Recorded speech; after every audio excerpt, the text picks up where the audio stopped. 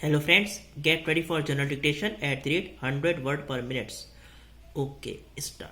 Sir, another point which is very important is about the premises given by the railways at the time of strike.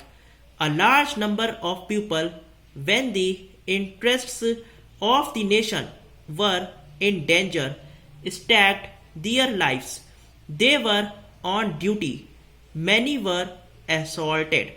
At that time, a promise was given that their children or their dependents will get priority in employment. But instead of that, after the strike was over, many of them were assaulted. I would like to know from the Honorable Minister what happened to the premises given by him to the employees who were on duty, who staked their lives. How many people and how many of their dependents have been given jobs in the last 1 year? If the promises given to them at a crucial time are not fulfilled, the government will lose its credibility and the workers will not be able to do their duty properly and faithfully. Para.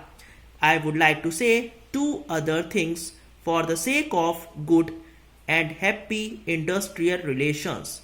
Bossism must go. In all the modern countries, industrial relations have become successful because the officers treat their employees on equal basis and informally. They help them to solve their problems.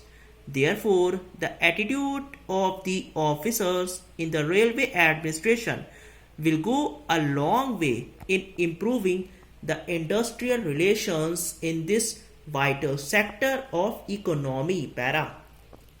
I would also ask, why should the government or the railway administration feel shy in applying the Industrial Disputes Act to its employees?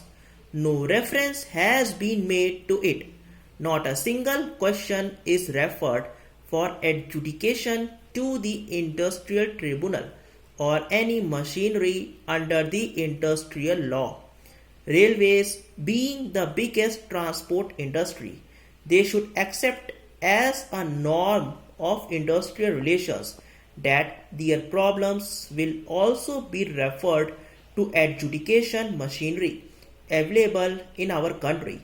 Small things like termination or suspension may not be very big or important from the railway administration point of view, but it is of vital importance to the individual employee who is suspended for months and years together and does not get any redress. He has to rely upon the mercy of the deciding authorities. It may take 1 or 2 years. In the state from which I come, under the Bombay Industrial Relations Act, if a man is terminated from service or dismissed, he can go to the labor court and his grievance can be looked into within 3 months. If it is found that he has been wrongly dismissed, he can be reinstated. This is a great deterrent for officers acting arbitrarily. I therefore suggest that norms must be laid down for industrial relations. Stop. अगर आपको dictation अच्छा लगा हो channel को like और subscribe ज़रूर करिए. Thank you.